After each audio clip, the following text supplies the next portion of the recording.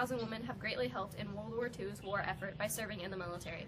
This is the first time that women will be able to volunteer for non-combat duties and be recognized as military officers.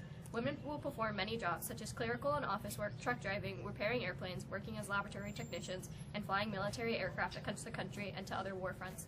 In 1942, Congress instituted the Women's Army Auxiliary Corps, renamed the Women's Army Corps, or the WACs for short. They were created to work with the Army and were not allowed to command men. Because of the controversy that surrounded women working in the military, they had to make compromises in order to form the WAC. They received less pay than males of the same status, and they did not have overseas pay, government life insurance, veterans medical coverage, or death benefits.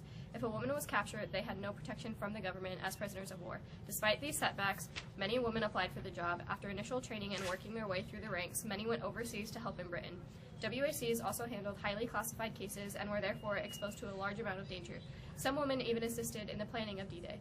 The WAC was the first branch of many women-only branches initiated into the military. Many other branches of the military followed suit and produced their own branches of women militarists. The Navy created the Navy Women's Reserves, or WAVs for short. These women held the status of naval reservists and provided support for the men on the battlefield. The Coast Guard created the Coast Guard Women's Reserve, or SPARS for short. These women were under military direction and were assigned to jobs according to the needs of the service. The establishment of the SPARS also recognized democratic women's right to participate as members of the armed services.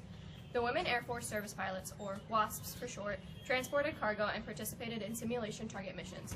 They acquired more than 60 million miles in flight distances and also freed thousands of male U.S. pilots in World War II. More than 1,000 women served in the WASPs, and 38 of them lost their lives while protecting our country. Unfortunately, these women did not have official military status and are therefore not being granted any military benefits. Many women also served as nurses in the war.